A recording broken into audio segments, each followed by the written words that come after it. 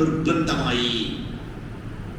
നോമ്പ് ആരോഗ്യമുള്ള നോറ്റാൽ മതി, സക്കാത്ത് പൈസ ഉള്ള കൊടുത്താൽ മതി, ഹജ്ജ് ആരോഗ്യവും പൈസയും ചെയ്താൽ മതി. നിസ്കാരം ജീവണ്ടോ മുസ്ലിമാണോ ഓ നിസ്കരിച്ചിരിക്കണം.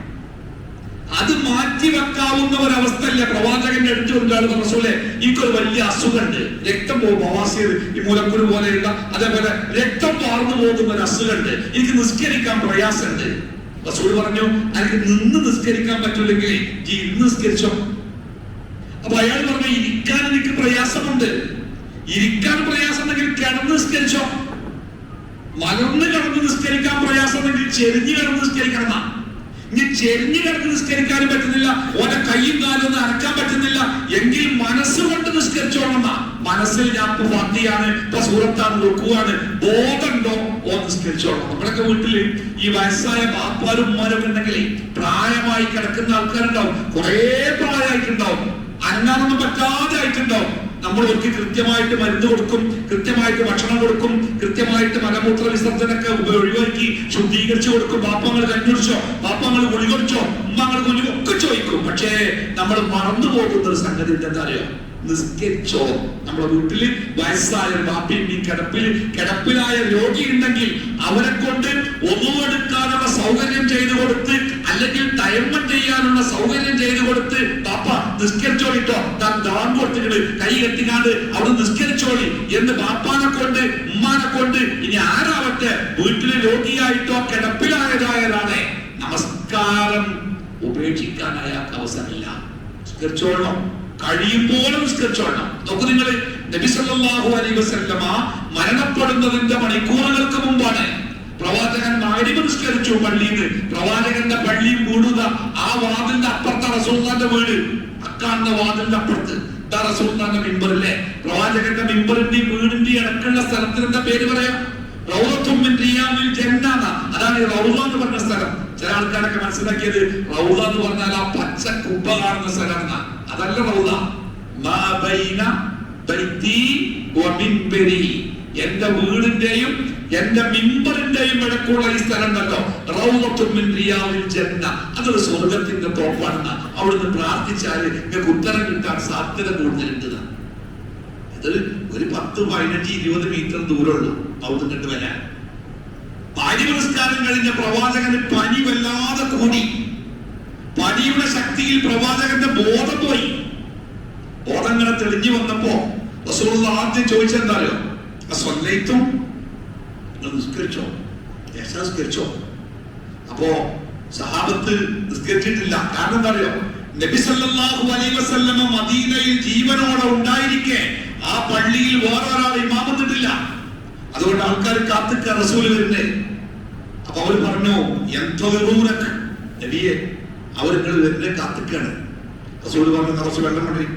വെള്ളം കൊടുത്തു. ആരോ വെള്ളം ഒഴിച്ചു കൊടുത്തു. പ്രവാചകൻ ഒതു കൊടുത്തു. എണീക്കാൻ വയ്യ. 2 സഹാബിമാരുടെ തോളിൽ ഇങ്ങനെ കൈയിട്ട് പിടിച്ചിട്ട് ആ 2 സഹാബിമാർ നബിയും കൊണ്ട് മുന്നോട്ട് പോകുമ്പോ പ്രവാചകന്റെ ഭാര്യമാര് പറഞ്ഞത്, പ്രവാചകന്റെ കാല് കുഴഞ്ഞ് നിലത്തിങ്ങനെ തൂങ്ങിയിട്ട്, മണലാണല്ലോ വീടിന്റെ ഉള്ളൊക്കെ ടൈലും മൊസൈക്കും ഒന്നല്ല, വെറും മരുഭൂമിയിലെ മണല.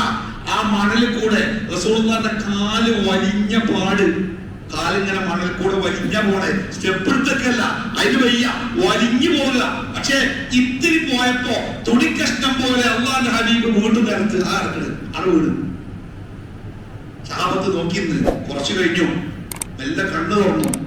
ചോദിച്ചതെന്തറിയോ, ആ സ്വല്ലൈത്തും നിസ്കരിച്ചോ? ഇല്ല നബിയെ, എന്തതിലൂടെ അവരെപ്പോഴും കാത്തിക്കാണ്. ഞാൻ വെള്ളം മണ്ടി വെള്ളം കൊടുത്ത് അതുണ്ടാക്കി വീണ്ടും തോളിൽ പിടിച്ചു പോവുക. ഒരിത്തിരി അവിടെ വീട്. 3ാമത്തെ വട്ടം പ്രവാചകൻ പരാജയപ്പെട്ടപ്പോ പ്രവാചകൻ സ്വല്ലല്ലാഹു അലൈഹി വസല്ലം പറഞ്ഞു, അബൂബക്കറിനോട് ജനങ്ങൾക്ക് ഇമാമായി നിസ്കരിക്കാൻ പറയും. അല്ലേ? ഏതാണ് ആ സമയം? ഒരു ജലദോഷം വന്നാല്, പെരയില് വിരുന്നാലെന്നാല്, വേൾഡ് കപ്പ് കളി കാണുമ്പോ, അങ്ങാടിക്ക് ഇറങ്ങിയാല്, പാർക്ക് പോയാല്, ഒരാളെ വർത്താനം പറയാൻ കിട്ടിയാല് എന്തും വരക്കിയ നമ്മുടെ നിസ്കാരം പോകലല്ലേ?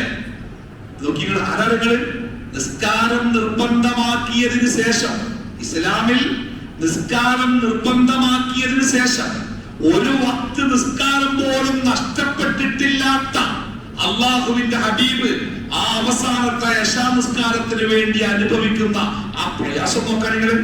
എന്തിനാണ്? നമുക്കെന്താ പഠിക്കാനുള്ളത്? ജലദോഷം വന്നാൽ നിസ്കരിക്കൂല അല്ലെ? ചെറിയൊരു കാരണം ഉണ്ടായാൽ നിസ്കരിക്കൂല. നിങ്ങൾക്കറിയോ ഖുർആനിലെ ഒരു നിസ്കാരത്തെ പറ്റി പരിചയപ്പെടുന്നുണ്ട്. എന്താ അറിയോ? യുദ്ധത്തിന്റെ സമയത്ത് എങ്ങനെ നിസ്കരിക്കണ്ടേ? അന്നത്തെ യുദ്ധം എന്ന് പറഞ്ഞാൽ ഇന്നത്തെ യുദ്ധം പോലെ തലയിൽ കൂടെ ബോംബ് വരുന്ന യുദ്ധമല്ല. രണ്ട് വിഭാഗത്തിലെ സൈന്യവും മുഖാമുഖം നിന്ന് ചില നിയമങ്ങളൊക്കെ പാലിച്ചുകൊണ്ടാണ് യുദ്ധം നടക്കുക. അല്ലാതെ ചതിയിലൂടെ അങ്ങോട്ട് കൊണ്ടുപോകുന്ന യുദ്ധമൊന്നുമില്ല. ഒക്കെ കറക്റ്റായ നിയമം പാലിച്ചുകൊണ്ട് രണ്ട് വിഭാഗം, നമ്മളൊക്കെ ഫുട്ബോളുകൾക്ക് ടീം ഇറങ്ങണമാർക്ക് രണ്ട് ടീമുകൾ നിന്നിട്ടാ യുദ്ധം പിന്നെ തുടങ്ങല. അപ്പോ ഈ യുദ്ധത്തിൽ ശത്രുവിന്റെ മുമ്പിൽ ഇസ്ലാമിന് വേണ്ടി യുദ്ധക്കളത്തിൽ ആയുധവുമായി ഒരുങ്ങി നിൽക്കുന്ന സമയത്ത് നിസ്കാരത്തിന് ബാങ്ക് വിളിച്ചാൽ എങ്ങനെ? യുദ്ധാണ്. അള്ളാന്റെ ദീനിന് വേണ്ടി യുദ്ധം ചെയ്യാൻ ശത്രുവുമായി മുഖാമുഖം നിൽക്കുന്ന സമയത്ത് നിസ്കാരത്തിന് സമയമായാൽ പ്രവാചകരെ നീ അവർക്കിടയിൽ ഉണ്ടെങ്കിൽ അള്ളാഹ് പറയാണ് എന്താ ചെയ്യേണ്ടത്? നിസ്കരിക്കണം. പിന്നക്ക് മാറ്റിക്കല്ല, അപ്പം നിസ്കരിക്കണം. എങ്ങനെ നിസ്കരിക്കേണ്ടത്? നീ അഥവാ പ്രവാചകൻ മുന്നിലേക്ക് നിൽക്കണം ആ വരിയുടെ. എന്നിട്ടോ പ്രവാചകന്റെ കൂടെയുള്ളവർ പകുതി പ്രവാചകന്റെ പിന്നിൽ വരി നിൽക്കണം. കിബിലക്ക് നേരെ തിരിയണ്ട. ശത്രു ഏത് ഭാഗത്താണോ അങ്ങോട്ട് തിരിഞ്ഞു നിൽക്കേണ്ടി. പ്രവാചകന്റെ കൂടെയുള്ളവരിൽ പകുതി പ്രവാചകന്റെ കൂടെ നിൽക്കണം. ആയുധങ്ങൾ കയ്യിൽ പിടിക്കണം. ബാക്കി പകുതി ആളുകൾ ജാഗ്രതയോടെ കാവൽ നിൽക്കണം.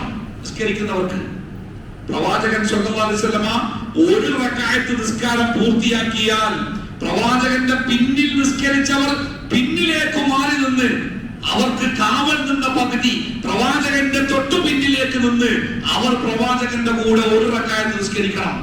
പ്രവാചകൻ 2 റക്അത്ത് നിസ്കരിക്കും. സൈന്യത്തിൽ ഓരോ വിഭാഗത്തിലും ഓരോ റക്അത്ത്, ബാക്കി ഓരോ റക്അത്ത് അവർ ഒറ്റയ്ക്ക് ജാഗ്രതയോടെ നിസ്കരിക്കുക. എപ്പം നിസ്കരിക്കുന്ന നിസ്കാരങ്ങള്? യുദ്ധത്തിന്റെ സമയത്ത് ജീവൻ തിരിച്ചു കിട്ടുമോ എന്നറിയാത്ത ശത്രുവിന്റെ ആക്രമണം ഏത് സമയത്തും ഉണ്ടായേക്കാവുന്ന ആ പ്രക്ഷുബ്ധമായ സമയത്ത് നമസ്കാരത്തിന്റെ സമയമായാൽ നമസ്കാരം മാറ്റിവെക്കാനല്ല പറഞ്ഞത്. അത് പിന്നെ ജീവൻ ഉണ്ടെങ്കിൽ നിസ്കരിച്ചോളെന്നല്ല, അത് യുദ്ധം കഴിഞ്ഞിട്ട് പിന്നെ സൗകര്യം പോലെ നിസ്കരിച്ചോളെന്നല്ല. ആ സമയത്ത് നിസ്കരിക്കേണ്ടത് എങ്ങനെ എന്ന് അല്ലാഹു തആല വിശുദ്ധ ഖുർആനിൽ പഠിപ്പിക്കുകയാണ്.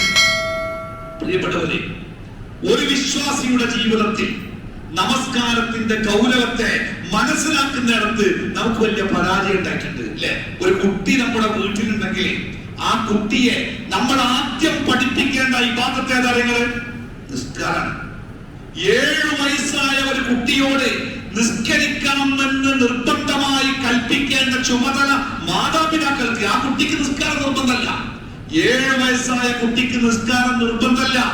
കാരണം അവന് പ്രായപൂർത്തിയായിട്ടില്ല. അവന്റെ മേൽ നിസ്കാരം ഒരു ബാധ്യതയായിട്ടില്ല. പക്ഷേ എന്റെ വീട്ടിൽ 7 വയസ്സായ ഒരു കുട്ടി ഉണ്ടെങ്കിൽ അവൻ നിസ്കരിക്കുക എന്നത് എന്റെ മേൽ നിർബന്ധമാണ്. ഞാൻ അവന്റെ വാപ്പയാണോ അവന്റെ ഉമ്മണ്ടോ? 7 വയസ്സുള്ള എന്റെ കുട്ടി വീട്ടിലുണ്ടെങ്കിൽ ആ കുട്ടിയോട് നിസ്കരിക്കാൻ കൽപ്പിക്കണം. 7 വയസ്സിൽ. എന്നിട്ടോ 10 വയസ്സ് വരെ അവനോട് പറഞ്ഞുകൊണ്ടേയിരിക്കണം, എടാ നിസ്കരിച്ചോ, എടി നിസ്കരിച്ചോ, എടാ നിസ്കരിച്ചോ. അങ്ങനെ ഓരോ വക്തും പറയേണ്ടി വരും. കാരണം ആ കുട്ടിക്ക് അതിന്റെ ഗൗരവം അറിയില്ല. പക്ഷെ അവൻ നിസ്കരിച്ചോളണം. ചിലന്മാരൊക്കെ പറയും ഞാൻ കുറെ പറഞ്ഞ് മടുത്തു, ഇപ്പൊ ഞാൻ പറയില്ല, മകനെങ്കിൽ നിസ്കരിച്ചോട്ടെ. പറ്റൂല. ഹോമിയോപ്പതിന്റെ മരുന്ന് കൊടുക്കണമായിരിക്കാം. മണിക്കൂർ